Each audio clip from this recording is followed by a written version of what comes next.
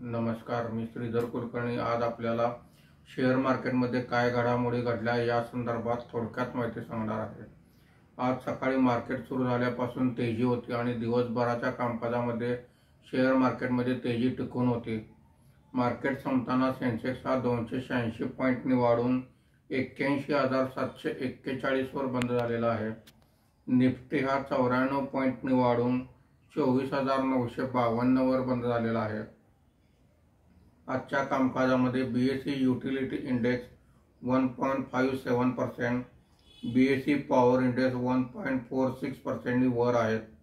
BSE reality index सर्वात जास्त म्हणजे 0.41% खाली आहे। बीएसई मिड कॅप इंडेक्स 0.88% वर आहे।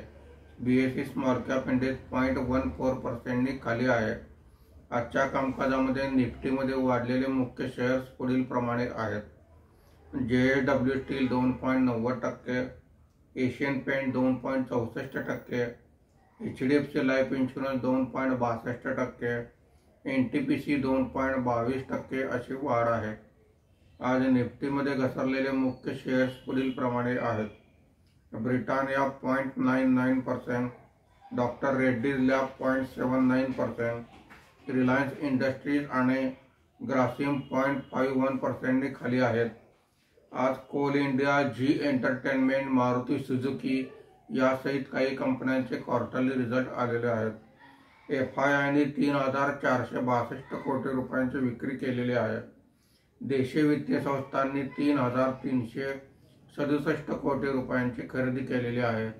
धन्यवाद।